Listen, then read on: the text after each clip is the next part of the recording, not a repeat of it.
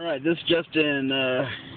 Apparently, Karl Rove has called Sarah Palin thin-skinned because she can't handle some criticism that he dealt out towards her. Well, the honest truth is she's not thin-skinned, she's thin-brained.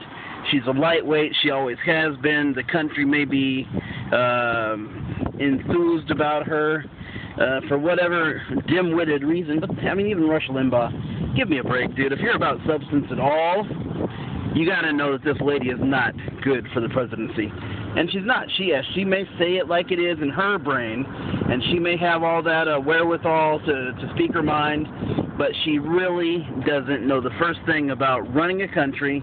She could barely run her own city and then jumped into running her state for whatever happenstance reason that happened. The truth of the matter is the lady is not substantial when it comes to politics and when it comes to experience and the ability to even do things properly. I mean, what's this passive aggressiveness? Not really running, but just kind of showing up where everybody else is and taking advantage of the fact that they're running. Hey, Sarah Palin, not going to work out.